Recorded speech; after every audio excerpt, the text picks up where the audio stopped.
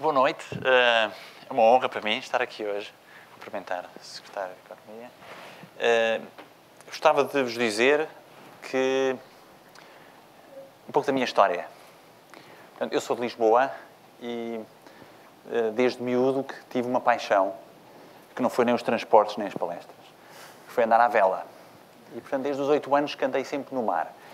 E se calhar começava pela minha apresentação por vos dizer que o meu primeiro grande desafio no mundo da minha juventude foi uma viagem que fiz aos Açores. Não foi aqui. Eu tenho aqui um boneco que é, para quem consegue ver, aquilo é uma t-shirt da Semana do Mar de 1978, em que eu fui participar. Penso que tinha 10 anos, 11 anos. Ainda hoje foi dos melhores momentos da minha vida.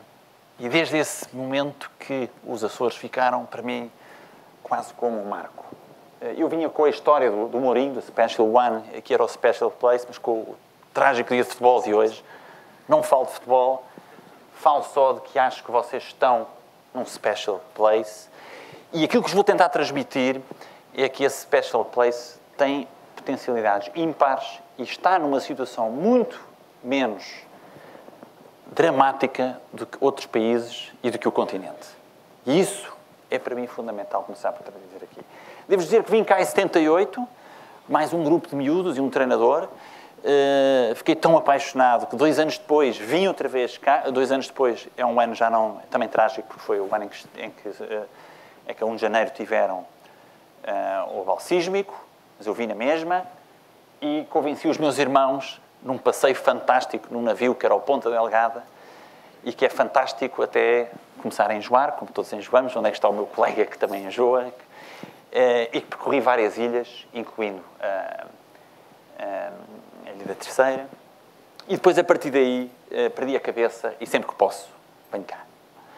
Acontece que a maioria das viagens profissionais não nos dão tempo para refletir, para pensar, e acho que a vinda de cá de hoje foi um pouco a tentativa de ultrapassar isso.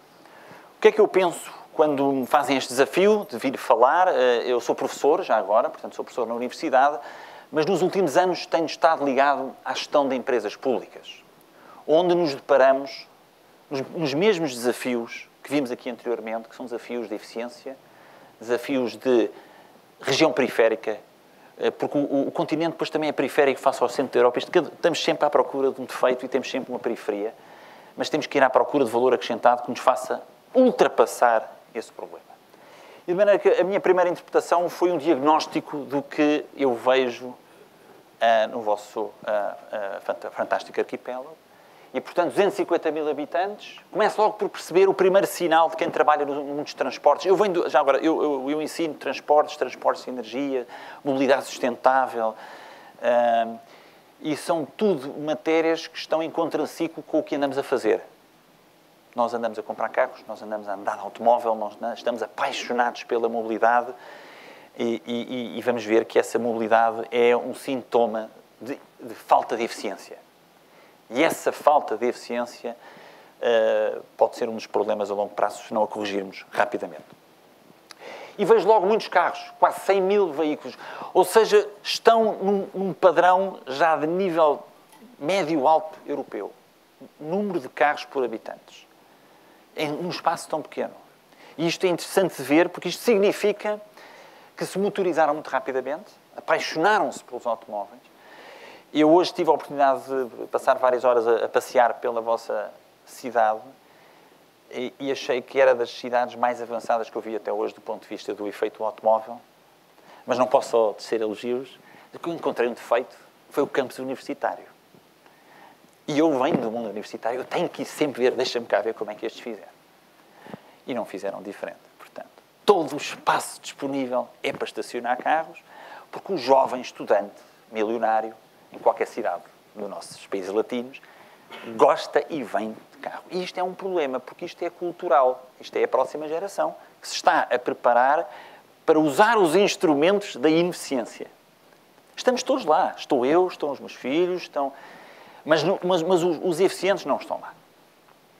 Então nós temos... Essa foi a minha reação, foi fantástico planeamento da cidade, que é um aspecto fundamental que eu vou falar mais à frente, mas o automóvel com uma única fonte energética, portanto, aqui começamos com o problema, que é vocês precisam de petróleo, porque não têm outras ligações, nem elétricas, nem de gás, e, portanto, esse petróleo é uma dor de cabeça agora e será muito maior no futuro. Agora estamos todos, eu diria, hipnotizados pela Troika e pelo déficit da Madeira e pela derrota de Portugal, e já nos esquecemos que há linhas de orientação a longo prazo que passam por tudo isto por cima.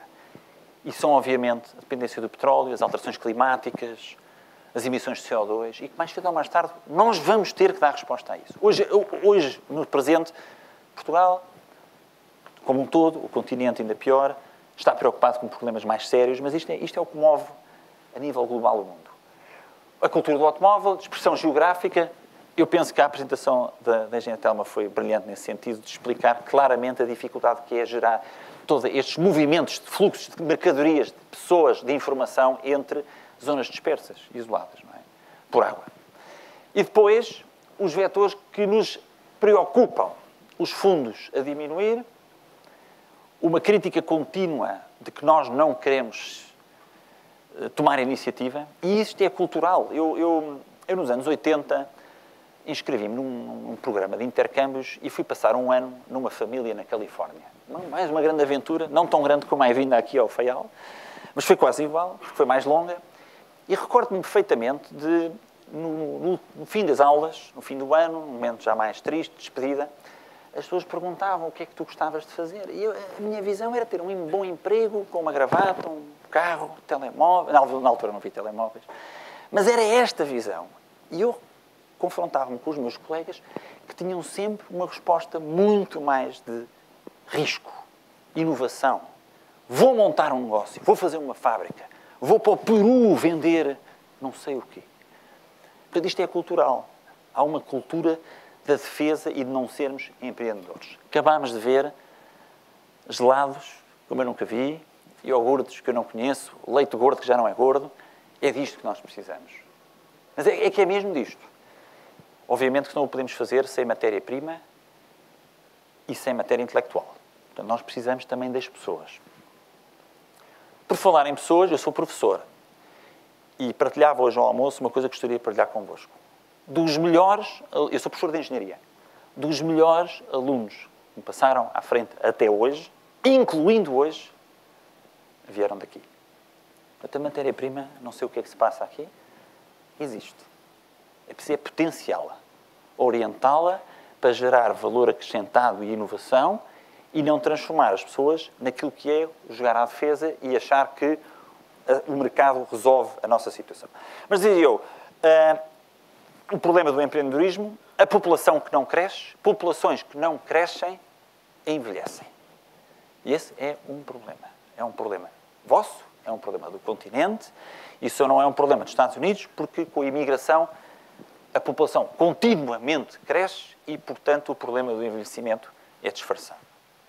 E depois, uma economia que depende do Estado, atenção, eu sei que precisa do apoio do Estado, todos precisamos cirurgicamente, mas temos de ter cuidado com o que é o conceito cirúrgico. E depois o distanciamento do continente, que faz com que estes 5% de custo que vimos agora, no ponto de vista da carne, possam ser a diferença numa luta concorrencial com produtos locais.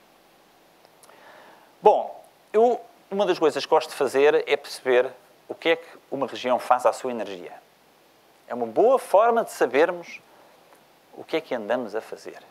E mais do que o que andamos a fazer, o que é que andamos a produzir de valor acrescentado. E a vossa fotografia, que eu não sei se conseguem ler ao fundo, para aqueles que estão interessados em ler, é uma fotografia clara que diz 30% a 40% da energia é para produzir energia elétrica, muito bem, precisamos de energia elétrica. 30% a 40% é para fazer movimentar os vossos automóveis, já é questionável. 7% é para o transporte aéreo local, 6% para o transporte marítimo e apenas 6% para a indústria. Tudo isto fortemente dependente do petróleo.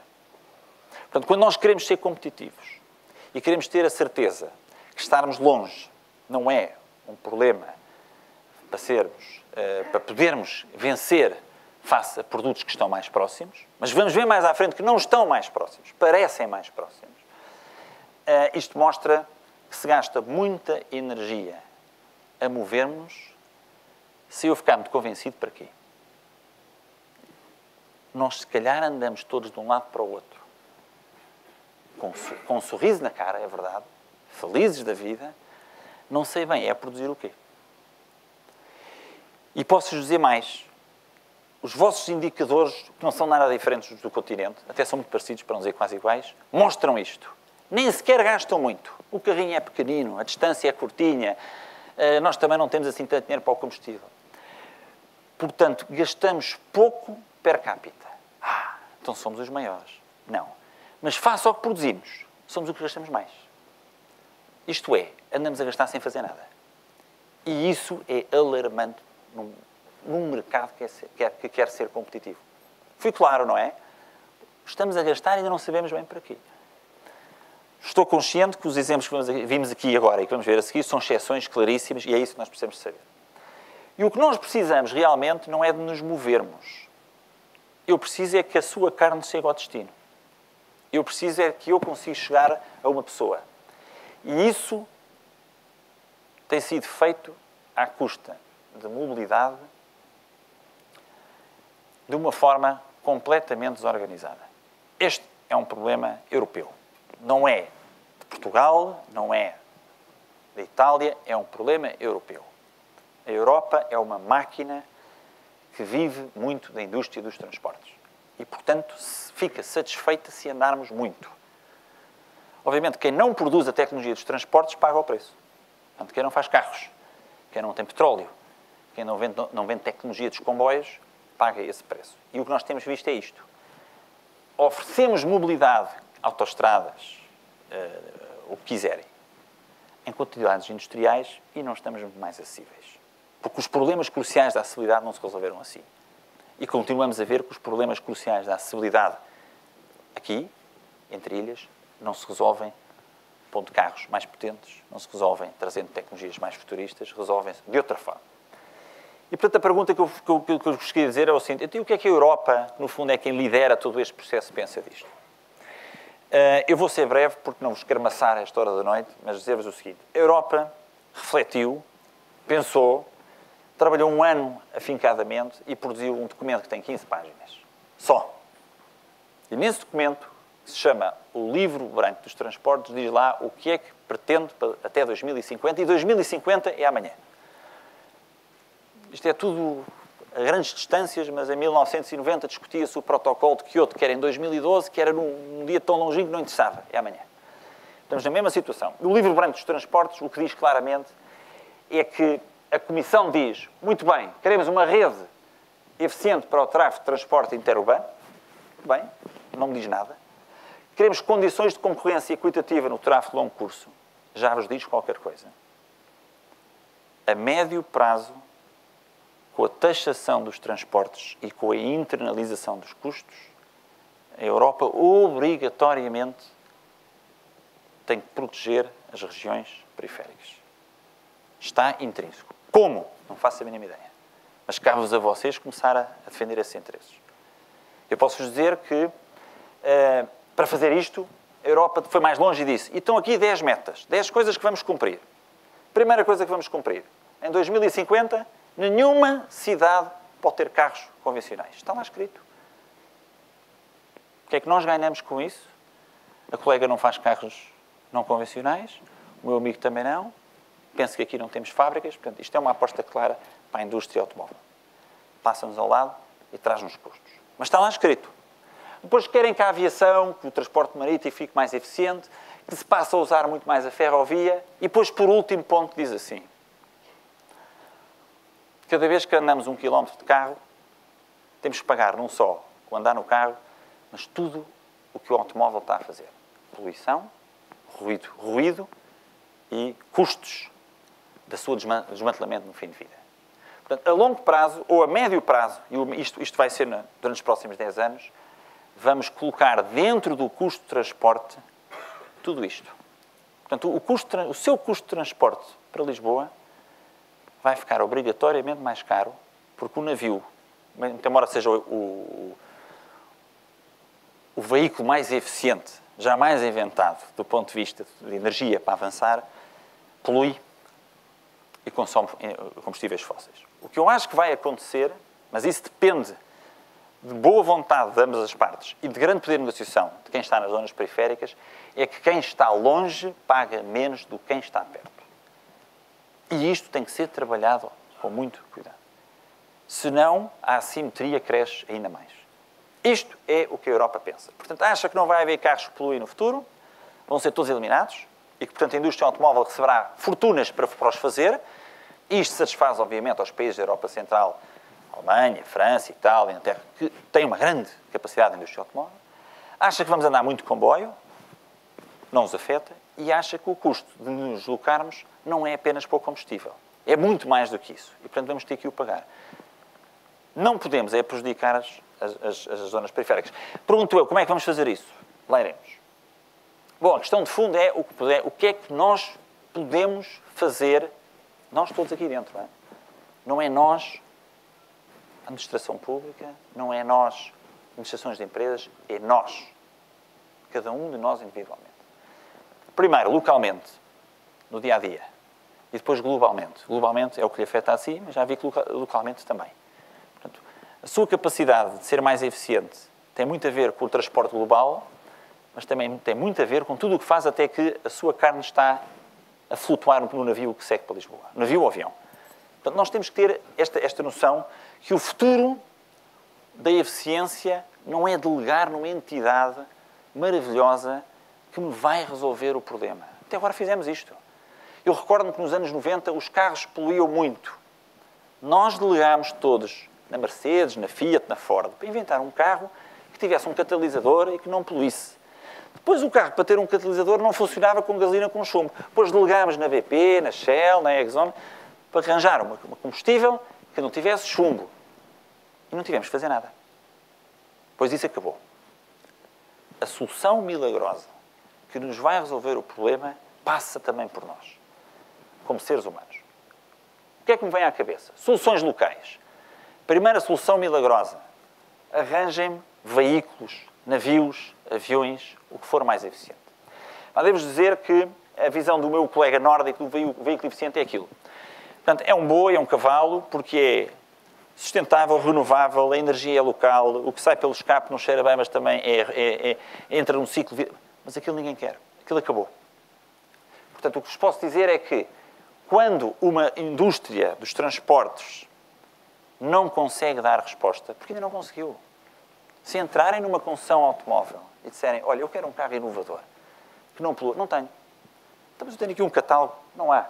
Não há em cima da mesa tecnologia que não seja a mesma que tínhamos há décadas e décadas antes. Então, na indústria marítima, muito menos. E os aviões, desde os anos 50, que andam à mesma velocidade, porque se recusam a ultrapassar a barreira do som, porque têm custos proibitivos. E, portanto, nós estamos francamente estagnados do ponto de vista da tecnologia. Fala-se muito dos veículos elétricos. Bem, eu posso falar um bocadinho disso, porque eu estou a coordenar, no fundo, a implementação do projeto de veículos elétricos na cidade de Lisboa.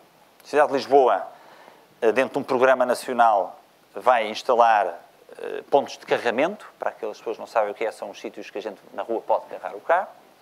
Estamos a instalar 400 até ao fim deste mês, depois mais 200, mas os pontos de carregamento, que podemos ver aqui neste boneco, onde eu estou à espera dos carros, é que não há carros.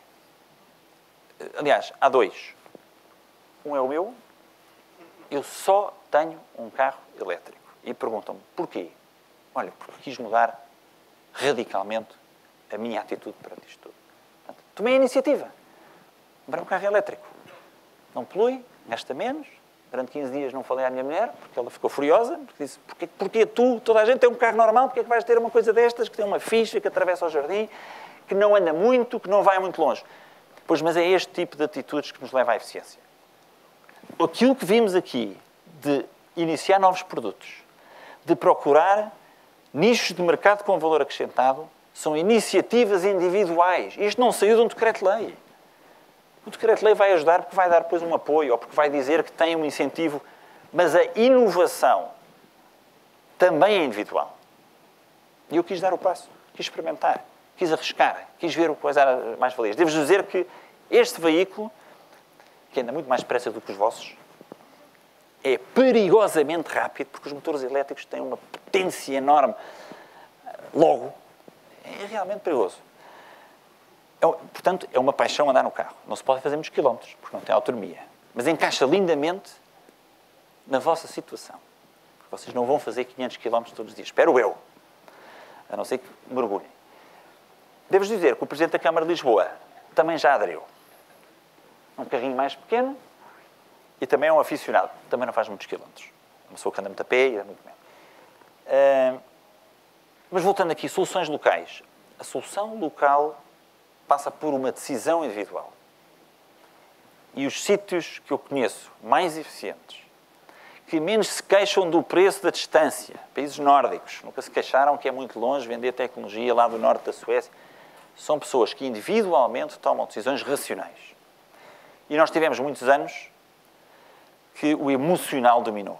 E compreende-se, vivemos décadas sem acesso ao mais moderno, sem acesso ao automóvel, sem acesso ao telemóvel e às televisões 3G, etc. E, portanto, agora é a nossa vez. Pensamos. Mas, se calhar, a longo prazo não podemos ser assim. Segundo aspecto fundamental, planeamento e visão estratégica. Assusta-me medidas que não assentam numa visão estratégica. O que é que pretendemos? O que é que pretende a sua empresa? Qual é a visão? Onde é que vê Quinta dos Açores? Onde é que a vê daqui a 10 anos? Em que mercados? Porquê? Como produto? Com que valor acrescentado? Que riqueza a dar à região? Que emprego a dar à região? Não fomos educados para ter visão estratégica. E eu vejo aqui pessoas que se calhar estudaram na universidade ou estão a estudar. Quantas cadeiras de estratégia temos? Nenhuma. Isso não interessa. É preciso fazer. E fazer por onde? Bom, por onde é mais jeito. Se o seu dinheiro é para fazer quadrado, fazes quadrado. Se há fundos para redondo, fazemos. Isto não pode ser. Tem que haver uma visão concreta do que se pretende do turismo dos Açores, do que se pretende da agricultura. E, debaixo dessa visão, no caso dos transportes, gerir, idealizar e montar bem os sistemas de transportes, os seus centros de logística, os portos e as suas funções. E como é que os vamos gerir? Mas sem estratégia, pode correr bem por acaso agora, não corre bem por acaso. Mais uma vez, são decisões locais por pessoas locais. É fantástico ver como, afinal, a nossa decisão tem muito mais força do que parece à primeira vista. Terceiro aspecto. Se falamos em transportes, temos de saber gerir melhor o que temos. Eu venho de Lisboa. Eu sei que não são de Lisboa, mas provavelmente já ouviram falar no metro de Lisboa e na Carris de Lisboa. E se calhar ouviram falar pelas más razões.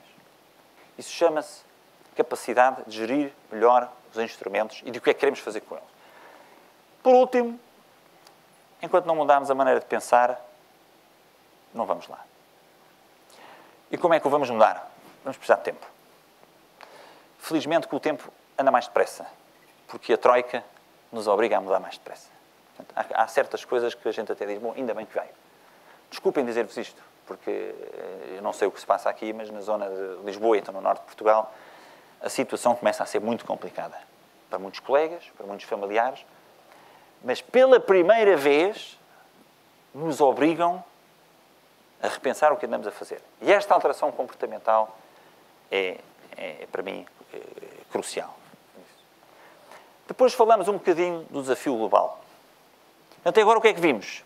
Vimos que se eu localmente não começar a ser mais eficiente, se eu não repensar o que é que eu ando a fazer, se eu não idealizar o que pretendo do que tenho cá, atenção que eu não conhecia a engenheira Telma até há minutos atrás e acho que encaixou perfeitamente. A sua forma de mostrar, e penso que a seguir teremos o mesmo, de mostrar estratégia, posicionamento, valor acrescentado, produto específico. Porque se o meu produto for igual ao do outro, então eu vou entrar em concorrência na produção de grande massa e se calhar não vou lá. Mas isto nasceu de pessoas. Pessoas daqui, com pensamentos e com visões. Desafio global. Uma pergunta que eu vos faço. O que é que há em comum nestes dois bonecos? Uma sugestão. Num e noutro. A maçã é mais redonda que o globo? Não. Não. Eu vou-vos dar a resposta. em ambos os bonecos, percorreram-se 40 mil quilómetros. Por outras palavras, a volta ao mundo são 40 mil quilómetros e hoje em dia, não estou a dizer nos Açores, vocês estão melhores, mas na mesa de um país da Europa Central ou dos Estados Unidos, uma cesta de fruta fez 40 mil quilómetros para chegar à mesa. Pergunto, isto faz algum sentido? Isto é para lhe dar valor ao que anda a fazer. Repara, se calhar se fosse de um país mais liberal, tinha fechado a sua fábrica aqui, agarrava nas... São vacas? Desculpe. Eu não sou agricultor e não tenho o curso de engenharia agrónoma, mas mandava-as todas para a China, descascavam lá, baratíssimo, já não custava os 5 mil euros por dia, ou por mês, desculpe, um SD, era SD, depois vinha tudo outra vez para cá, baratíssimo, empacotava e depois ia tudo. É o que vou-vos mostrar a seguinte. É assim que está montado o mundo hoje em dia e o livro que explica isto é um livro que, se um dia não tiverem mais nada para fazer ou quiserem refletir sobre estratégia, chama-se Porque é que o seu mundo vai ficar muito mais pequeno. E o autor o que diz é muito simples. Enquanto a economia pensar em dinheiro e não em quilómetros, e o que nós pensamos é dinheiro, a sua preocupação não é quantos quilómetros para chegar ao destino, é quantos cêntimos a mais no preço do quilo da carne. Estou a falar a verdade ou não estou? E é assim que pensa o mundo global. Portanto, enquanto for barato, é dinheiro. E, portanto, é irrelevante o que é que foi o percurso feito. Mas no longo prazo, isto não vai acontecer. No longo prazo, a distância vai custar realmente dinheiro. Por duas razões. O petróleo vai aumentar, é uma questão de esperar, e porque se vão internalizar os custos. E nesse momento, aquele que aderiu ao conceito da globalização, e você não o fez, e provavelmente você não o fez também, e aí eu dou-vos os parabéns à forma como têm gerido localmente a indústria, porque quem o fez vai estar em grandes apuros. E eu pergunto e os produtos açorianos sofrem neste problema? Qual é o problema que estou a falar? Exemplo, salmão fresco. Numa mesa de uma cantina no Texas, ou no Wyoming, nos Estados Unidos, quando aparece uma posta de salmão fresco. O que é que aconteceu a essa posta? Essa posta foi pescada na Noruega, foi de navio até Roterdão. Em Roterdão é cortada em postas e vai para a China. Em China, a mão de obra é muito barata, é descascado e posto em postinhas bonitas e embalado. Depois vai por barco para os Estados Unidos e depois vai por caminhão para o Texas. E depois a pessoa tem lá uma placa a dizer salmão fresco. O mundo está todo assim. Mas não vai continuar assim. E qual é a boa notícia? A boa notícia é quem não montou a sua estratégia de negócio assim. Quem percebeu que mais cedo ou mais tarde o que aqui está exposto não faz sentido. Então o mármore da zona de Lisboa vai ser cortado à China para voltar em fatia. E porquê que isto acontece? E eu respondo-vos. Porque o transporte não tem custo. É demasiado barato. E porquê é que é demasiado barato? Porque não está internalizado nenhum custo para o planeta. Está apenas a mão de obra destes senhores que nem são cor de salmão, são amarelos, está apenas o combustível que continua a ser relativamente barato do ponto de vista marítimo e, portanto, a capacidade de ir a todos os sítios do mundo é ilimitada. Nós não podemos continuar por aqui e, portanto, o que é que poderá acontecer? Quer no mundo em que o petróleo fique mais caro, quer já porque nós, no fundo, estamos a acusar indiretamente um efeito que se chama o efeito da Troika. Está a começar a vir. Desculpem que vos diga, não sou político, vem aos soluços. Não vem com estratégia. Eu leio o telejornal um dia, vamos fechar uma empresa. Leio o telejornal outro dia, vão fundir luz. Mas eu ainda não percebi o que é que aquilo faz na máquina. Tudo bem. Mas um dia há de vir com estratégia. E essa estratégia, do meu ponto de vista, vai nos empurrar, se calhar, para uma economia que pode vir a ser mais local. Local não é onde se consome só o produto. Local é onde é que o produto gera o seu valor acrescentado.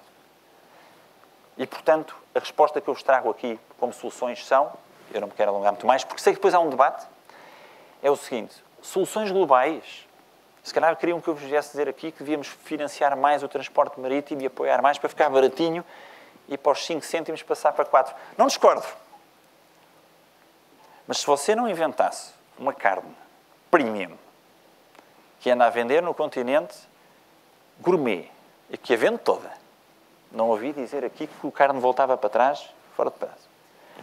Se não inventasse um leite com uma embalagem luxe e que eu nem percebi o nome, mas que não é gordo, por muito que o governo local pagasse o transporte todo, você fechava. E, portanto, não é um problema dos transportes. É um problema, primeiro, de eficiência. O produto, antes de ser transportado para ser vendido na Alemanha, no continente, na Madeira ou nos Estados Unidos, localmente tem que ser feito de uma forma mais eficiente. O que é difícil, porque a eficiência muitas vezes implica redução de postos de trabalho.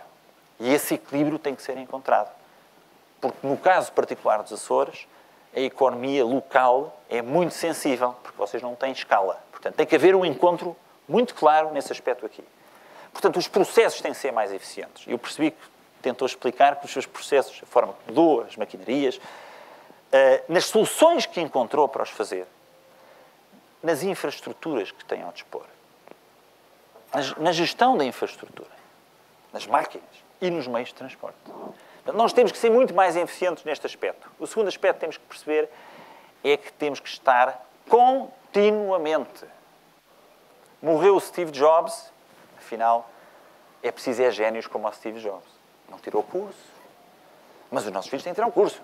E que seja um curso bom, porque isto de ser criativo e trazer valor acrescentado não interessa. Portanto, quando temos um filho que vem com um piercing ou que vem... Não, eu não quero isso do meu filho, eu quero um protótipo, mas eu também quero, eu pactuo convosco. Eu quero a coisa arrumadinha. Mas depois percebemos que sem valor acrescentado nos produtos, lentamente vamos perder na concorrência face às grandes máquinas que são feitas em países de mão de obra barata. E garanto-vos que o valor acrescentado nos produtos não nasce de pessoas como eu. Engenheiro, formatado, que faz as contas, que analisa. Nasce de pessoas com outra capacidade. E que vocês as têm cá. Porque eu recebo-as. Eu recebo-as no início dos cursos na universidade. E se quiserem vos diga uma coisa, um livro que eu recomendo, eu tenho que dar um ar de académico às vezes, não é? Senão a malta desconfia. Mas um livro que eu vos recomendo chama-se A Nova Inteligência. É um best-seller. Que diz, meus amigos, quem realmente vai manter viva as economias e as indústrias dos países como os nossos, não são engenheiros, que vão ser precisos, mas também podem se mandar a vida à Índia, não vão ser juristas, também vão ser precisos, portanto têm que fazer os contratos, sei que é jurista, não serão economistas, porque isso é fazer contas, vão ser pessoas com uma capacidade de imaginar e de criar. Não sei quem é que criou os seus produtos, mas alguém fez isso consigo. Dou-lhes parabéns. E essas pessoas vão ter que ter um conceito de design aprofundado. O produto deve ter uma história associada. Já colocou a história. Porque provavelmente depois vai explicar no produto o que é a história. Porque uma pessoa em Mangualde ou em Elvas não conhece que no forno, não é? É a vossa pastelaria que eu lá fui hoje, que adorei, se vende o produto que você colocou para os lados. Portanto, tem que ter história. Tem que fazer música. Tem que ter empatia, sentido. Ou seja, é o iPad. Não serve para nada e a malta compra. E já vai no iPad 2 e no iPhone 3. Os outros são melhores. Os outros são mais baratos e fazem mais do que estes. Mas quem desenhou o mundo da Apple não foi um engenheiro, não um economista. Foram estes. Portanto, nós temos que os trazer. Nós temos que agarrar a malta nova, que eu vejo-os aqui, e dizer... Não tenham medo de ser mais sonhadores. E isso é muito importante quando nós falamos, no que vamos falar depois no debate, com certeza. Deixem as pessoas ser criativas também. Porque o produto está cá. Vocês têm um dos sítios mais bonitos do mundo. Talvez dos sítios mais limpos do mundo. Eu até não percebo, não fazem lixo. Não há. Por acaso reparei que deixam uns sasquinhos à fora, todos. Atenção, eu trabalho com cidades. Eu estou na administração de uma empresa de uma grande cidade, que é Lisboa, que gera muita complicação, muito conflito. Já vos digo qual é. Porque não é uma empresa muito popular. Mas e eu vejo tudo. Eu vejo onde é que estão os prédios devolutos, todos, um por um. Portanto, eu quando ando a passear na rua não estou a ver a montra, que também vejo, do tabaco. estou a ver outras coisas. E realmente tem de uma beleza ímpar. Tem muita educação, que vai valer mais nas gerações do futuro. Tem produtos, não importa a matéria-prima. A matéria-prima está cá. Tem know-how. Portanto, precisamos de transformar isto em valor acrescentado. E isto é feito por visionários, não é feito por pessoas formatadas como eu. Eu já não sirvo. Nem eu, nem os meus pares. E depois temos de ter muito cuidado nas soluções globais, que é não nos prejudiquem mais por estarmos longe a fazer bem o nosso trabalhinho. E isso vai ser negociado. Deixo esta mensagem. Isto vai ser negociado. Mais cedo ou mais tarde. Como é que se internaliza? Quanto é que se paga? É à milha e se estiver longe, paga menos. Temos de ter muito cuidado com isso. E por último, lá está. Inovem no local para exportar globalmente. Não tinha combinado consigo, mas é o que anda a fazer. De maneira que eu não vou alongar mais, porque penso que podemos trocar aqui algumas impressões. Eu sentia-me muito esperançado se estivesse aqui e não no continente. Digo-vos com franqueza. Há muito trabalho a fazer, mas há muita capacidade de inovação, quer nos produtos, quer nos conceitos, quer nos serviços, e vocês podem inovar muito na forma como estão a gerir as vossas infraestruturas. Porquê? Porque a Troika vos vai pedir isso. E então aproveitemos. Senão corremos o risco de continuar a ter um conjunto vasto de infraestruturas ingovernáveis, com custos muito grandes para cada um de nós, que depois são pagas no consumidor final. Porquê? Fecho eu. Porque a alavancagem da economia só se vai conseguir de duas maneiras. Ou voltamos a ter mão de obra barata, mesmo barata, e as pessoas investem cá, e não é isso que vai acontecer. Nem é isso que queremos. Essa nunca. Ou inovamos promovendo valor acrescentado e correndo a meios mais eficientes. E é esta a mensagem que eu vos deixo e espero que quando cá voltar daqui a pouco tempo, ou daqui a uns anos, não sei, vamos esforçar para que seja daqui a pouco tempo, eu sinto essa dinâmica aqui no arquipélago. Muito obrigado.